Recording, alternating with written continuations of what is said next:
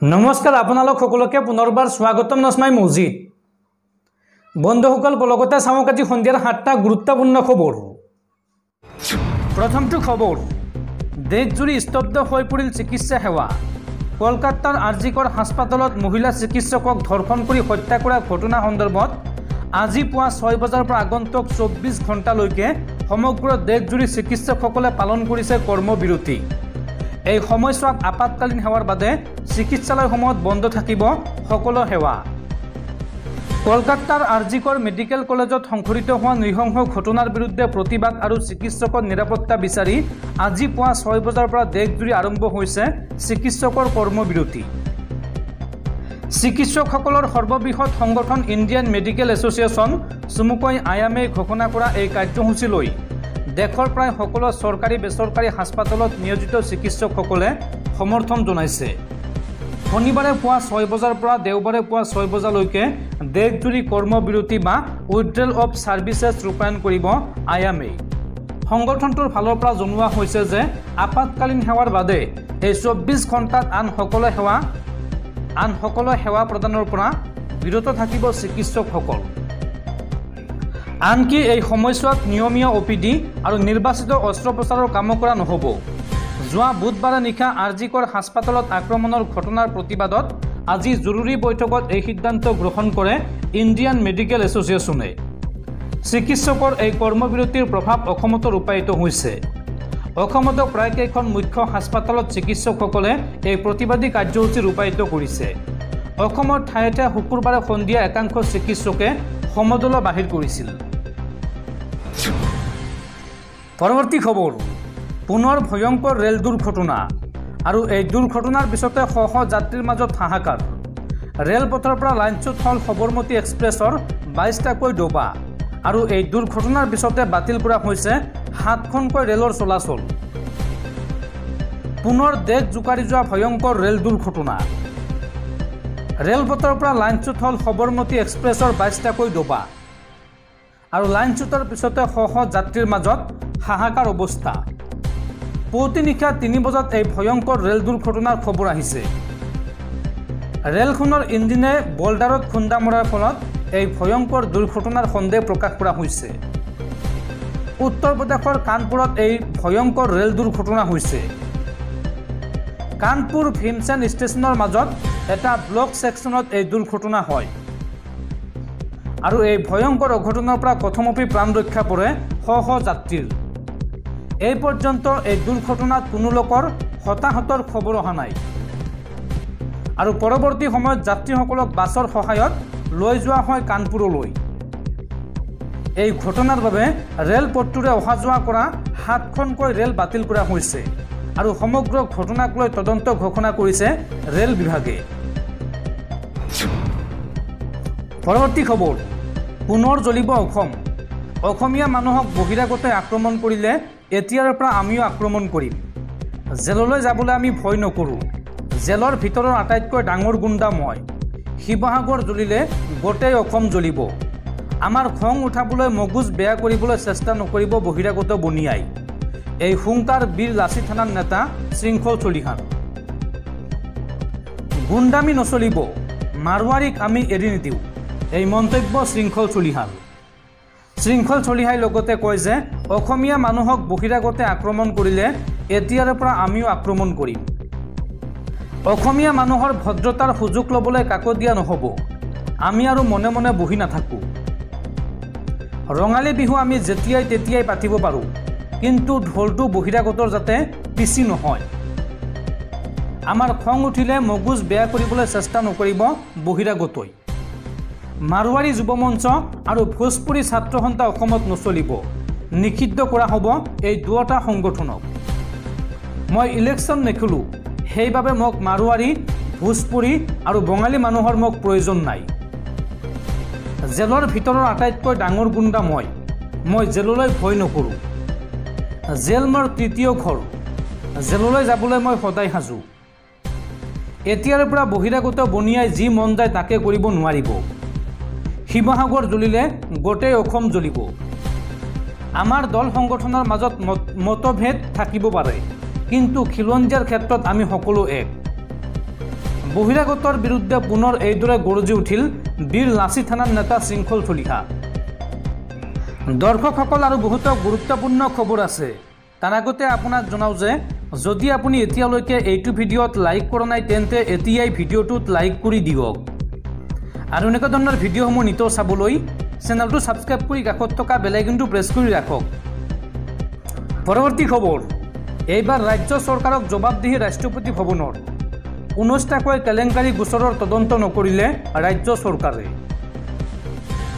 গুৱাহাটী উচ্চ ন্যায়ালয়ৰ স্পষ্ট নিৰ্দেশনাৰ পিছতো 19টাকৈ কেলেংকাৰী গোচৰৰ তদন্ত নকৰিলে ৰাজ্য চৰকাৰে।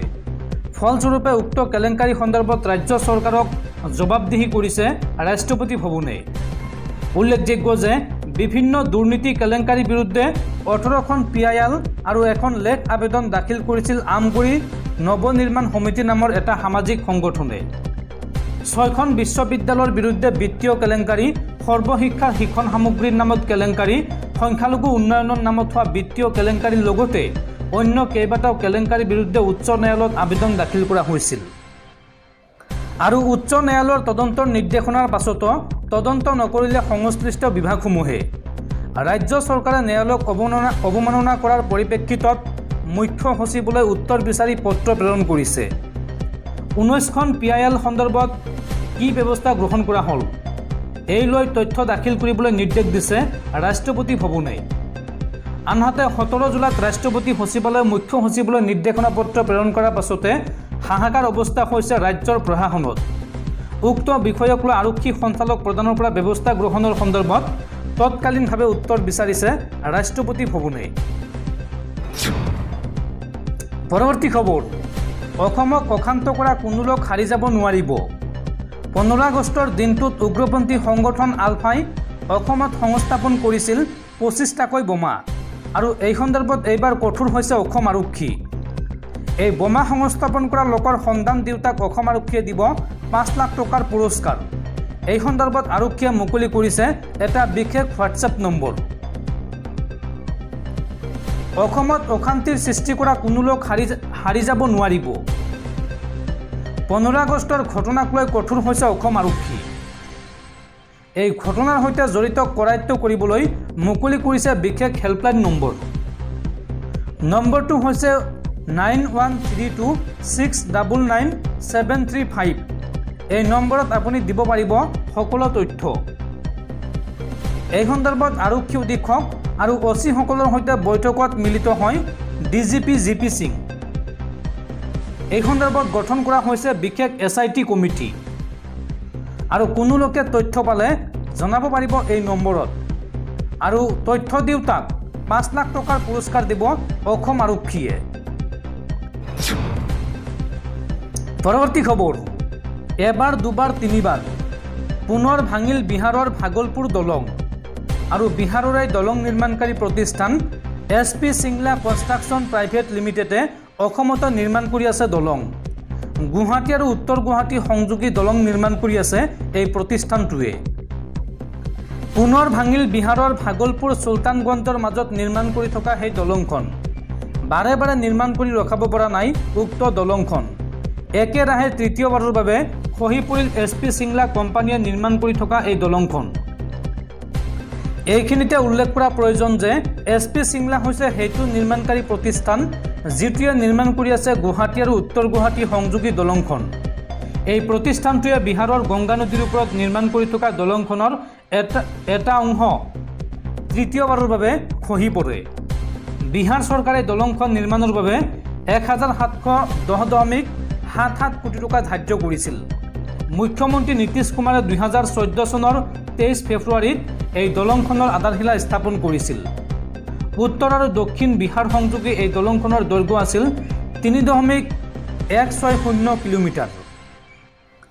দলংখনৰ নিৰ্মাণ কাৰ্য প্ৰায় সম্পূৰ্ণ হৈছিলহে মাথো। 2022 27 এপ্ৰিলত এই দলংখনৰ এটা অংশ খহি পৰে। দলংখনৰ 100 ফুট খহি পৰাৰ পাছতে বিহাৰ উচ্চ ন্যায়ালয়ে জবাবদিহি কৰিছিল SP সিংলা গ্ৰুপক আৰু সেই সময়ত দলংখনৰ প্ৰায় 80% কাম সম্পূৰ্ণ হৈ উঠিছিল বুলি দাবী কৰিছিল নিৰ্মাণকাৰী প্ৰতিষ্ঠানটোৱে। ইয়াৰ পিছতে দলংখনৰ কাম পুনৰ আৰম্ভ হৈছিল, কিন্তু 2023 চনৰ 4 জুনত এই দলংখন পুনৰ ভাঙি পৰে। দলংখনৰ 10, 11 আৰু 12 নং খুঁটা সম্পূৰ্ণৰূপে ধ্বংস হৈ পানীত পৰি যায় আৰু দলংখনৰ 200 মিটাৰ অংশ পুনৰ ভাঙি পৰে। দ্বিতীয়বাৰৰ বাবে দলংখন ভাঙি পৰাৰ পাছত বিহাৰ উচ্চ ন্যায়ালয়ে এই কাম স্থগিত ৰাখিবলৈ নিৰ্দেশ প্ৰদান কৰে। কিন্তু বিহাৰ চৰকাৰে অতিৰিক্ত পুঁজি ধাৰ্য কৰি পুনৰ SP সিংলাক কাম আৰম্ভ কৰিবলৈ সেউজ সংকেত প্ৰদান কৰে। কাম আৰম্ভ হোৱাৰ এটা বছৰ নহওঁতেই পুনৰ ভাঙি পৰে এই দলংখন। এইবাৰ 9 আৰু 10 নং খুঁটাৰ অংশ ভাঙি পৰে। ইফালে নাওবৰিলৰ টিঙৰ পৰা ননমা SP সিংলা গ্ৰুপে দাবী কৰিছে যে এয়া তেওঁলোকৰ নিম্নমানৰ কামৰ বাবে নহয়, বৰঞ্চ নদীৰ গভীৰতা আৰু নদী পৃষ্ঠৰ কিছু বিসংগতিৰ বাবেহে সংঘটিত হৈছে। তেওঁলোকে দাবী কৰিছে যে অত্যাধুনিক কৌশল ব্যৱহাৰ কৰি নিৰ্মাণ কৰা হৈছে এই দলংখন। ইফালে এই ঘটনাৰ পাছতে গুৱাহাটী আৰু উত্তৰ গুৱাহাটীৰ মাজত নিৰ্মাণ কৰি থকা দলংখনক লৈও সচেতন মহলৰ মাজত চিন্তাৰ উদ্বেগ ঘটিছে, কিয়নো SP সিংলাই নিৰ্মাণ কৰি থকা এই দলংখনৰ নিৰ্মাণ কাৰ্যক লৈও প্ৰশ্ন উত্থাপন হৈছে। সচেতন মহলে দাবী কৰিছে যে এই দলংখনৰ নিৰ্মাণৰ ক্ষেত্ৰত প্ৰতিষ্ঠানটোৰ ওপৰত তীক্ষ্ণ দৃষ্টি ৰাখক চৰকাৰে। অৱশ্যে এটা কথা ঠিক যে ইতিমধ্যে গুৱাহাটী উত্তৰ গুৱাহাটীৰ মাজৰ দলংখনৰ খুঁটাৰ কাম প্ৰায় সম্পূৰ্ণ হৈছে। বৰ্তমান দলংখনৰ ওপৰৰ ভাগৰ কাম চলি আছে। প্ৰায় 10টা খুঁটাৰ ওপৰত নিৰ্মাণ কৰা হৈছে দলংখন। 134টা কেবলেৰে ধৰি ৰাখিব এই দলংখনৰ অধিকাংশ অংশ।